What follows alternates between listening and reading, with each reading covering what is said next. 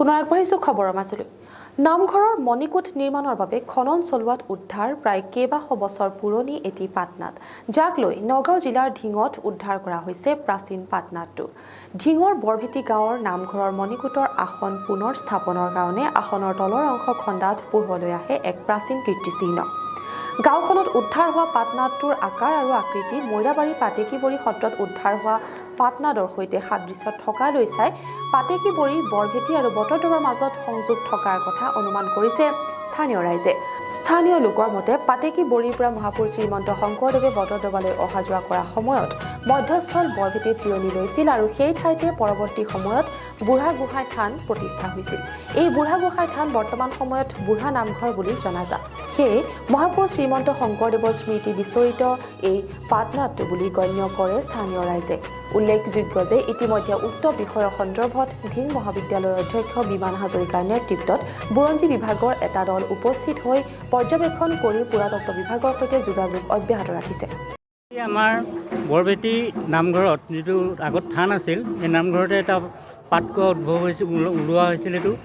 এইটো তাকে উদ্ঘাটন কৰিবৰ কাৰণে আমি বিভিন্ন আমাৰ ইয়াত পুৰাতত্ত্ববিদসকলৰ লগত আলোচনা কৰি তেওঁলোকক মাতি আনিছিলোঁ আৰু আনি পেলাই ইয়াত এতিয়া বস্তুটো চোৱা হৈছে যে বস্তুটো এইটো মানে পুৰণি সভ্যতাৰ এটা প্ৰতীক চিন হিচাপে ইয়াত মানে গম পোৱা যায় নে কি, এই বিষয়ে উদ্ঘাটন কৰিবৰ কাৰণে আমাৰ মাননীয় ঢিং কলেজৰ অধ্যক্ষ মহোদয়ক আমি আনি পেলাই ইয়াতে গোটেই বস্তুখিনি আৰু তেওঁলোকৰ মানে বুৰঞ্জী বিভাগৰ ছাত্ৰসকলো আহি পেলাই ইয়াত তেওঁলোকে এই বস্তুটো পৰ্যবেক্ষণ কৰিছে আৰু ইতিমধ্যে বিভিন্ন চৰকাৰৰ লগত আলোচনা কৰিছে। আলোচনা কৰি পেলাই এই বস্তুটো কিমান পুৰণি, কিমান সভ্যতাৰ মানে চিনাকি, এই বস্তুটো উদ্ঘাটন কৰাটোৱে হৈছে আমাৰ গাঁওবাসী ৰাইজৰ মূল উদ্দেশ্য আৰু এই বস্তুটো উদ্ঘাটন কৰিব পাৰিলে আমি যাতে আনন্দিত হ'ম। উপস্থিত হৈছোঁ এখন ঢিঙৰ অতি প্ৰাচীন খিলঞ্জীয়া ৰাইজৰ গাঁও বৰভেটি গাঁও। তাৰে যিটো আটাইতকৈ পুৰণা নামঘৰ, আগত বৰভেটি থান বুলি কৈছিলে, এই থানত আহি উপস্থিত হৈছোঁ আৰু ইয়াৰ যি আয়ুস, যি সভ্যতা আৰু সংস্কৃতিৰ যি আয়ুস, সেই আয়ুস কিমান পুৰণা সেইটো ঠাৱৰ কৰিব পৰা হোৱা নাই এতিয়ালৈকে। কিন্তু যোৱাকালি ইয়াত এপদ বস্তু মাটিৰ তলত উদ্ধাৰ হৈছে আৰু অতি নিখুঁতভাৱে উদ্ধাৰ হৈছে। সেই বস্তুভাগ সেই হৈছে এভাগ টেৰাকাটাৰ বা পোৰা মাটিৰ এভাগ কুঁৱা, পাতকুঁৱা বুলি কোৱা হয় যাক। এই সভ্যতাটো কিমান পুৰণি তাক নিৰূপণ কৰা আমাৰ বাবে সম্ভৱপৰ নহয়। গতিকে তাৰ বাবে বিভিন্ন বিভাগৰ সৈতে যোগাযোগ কৰা হৈছে আৰু যোগাযোগৰ ফলত আমি দেখা পাম যে নিশ্চয়কৈ কাৰ্বন ডেটিঙৰ জৰিয়তে এইটো কৰিব পৰা যাব বুলি আমাৰ বিশেষজ্ঞসকলে জনাইছে। ইতিমধ্যে গুৱাহাটী বিশ্ববিদ্যালয়ৰ লগত আৰু আমাৰ বিভাগীয় মুৰব্বীসকলৰ লগত যোগাযোগ কৰা হৈছে আৰু তেখেতসকলে আমাক জনাইছে যে কাৰ্বন ডেটিঙৰ জৰিয়তে ইয়াত নিৰূপণ কৰিব পৰা যাব। আৰু আমাৰ হাতত পৰা তথ্য মতে 1 ফুট 11 ইঞ্চি হৈছে ইয়াৰ আউটাৰ লেয়াৰটো, মানে বাহিৰৰ যিটো অংশ, আৰু ভিতৰৰ অংশটো হৈছে 1 ফুট 10 ইঞ্চি। আৰু এই যিটো ইয়াৰ লেয়াৰ তাৰ 7 ফুট ওপৰত ইয়াত প্ৰতিষ্ঠা হৈ আছে আৰু এই নামঘৰটোৰ পৰা, বৰভেটি থান নামঘৰৰ পৰা ইয়াৰ মণিকূটৰ সোঁফালে 12 ফুট আঁতৰত ইয়াত আৱিষ্কাৰ হৈছে।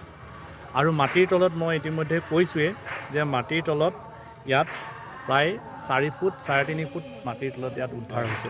আৰু একেধৰণৰ কিছু বস্তু বা প্ৰাচীন সা সম্পদ এই অঞ্চলত ওলাব পাৰে বুলি ৰাইজে ঠাৱৰ কৰিছে।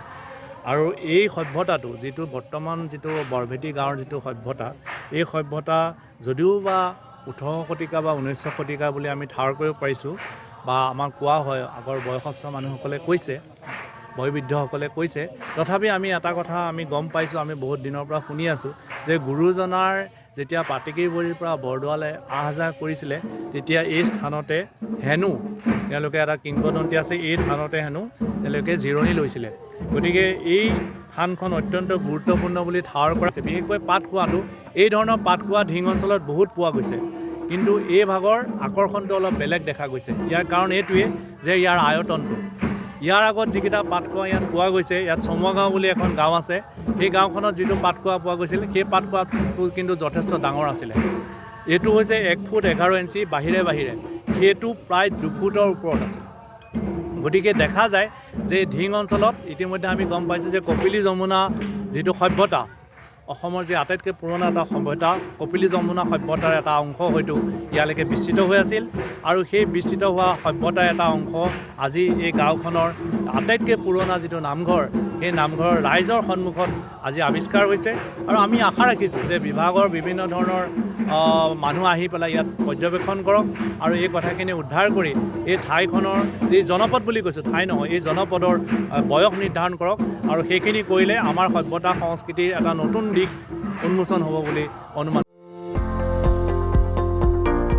মধ্য অসম নগাঁৱত বিভিন্ন সুবিধাৰ সৈতে আৰম্ভ হৈছে RD অটোজন হোণ্ডা ডিলাৰ। RD মটৰ্ছৰ অন্য এক সংযোজন RD অটোজন হোণ্ডা ডিলাৰত আপুনি একেলগে পাব সেলছ, সাৰ্ভিস, স্পেয়াৰ, ইন্স্যুৰেন্সৰ বিশেষ সুবিধা। তদুপৰি কম টকাৰ ডাউন পেমেন্ট আৰু লো ইণ্টাৰেষ্টৰ সুবিধা। অকল সিমানেই নহয়, শাৰদীয় পূজা উপলক্ষে অক্টোবৰ মাহত আপুনি বাইক বা স্কুটি ক্ৰয় কৰিলে পাব আকৰ্ষণীয় পুৰস্কাৰ। ইয়াৰ উপৰি সাৰ্ভিসিঙত ডিচেম্বৰ মাহলৈকে আছে 100% ৰেহাই, 5% স্পেয়াৰ পাৰ্টছত ৰেহাইৰ ব্যৱস্থা। গতিকে পলম কিয় কৰিছে? আজিয়ে যাওক RD অটোজন হোণ্ডা ডিলাৰলৈ আৰু ক্ৰয় কৰক আপোনাৰ মন পচন্দৰ দুচকীয়া বাহন। আমাৰ ঠিকনা ডিমৰুগুৰি নিয়েৰ কালী মন্দিৰ। আমাৰ যোগাযোগ নম্বৰ 6001998531, 9613061979, 98640742219।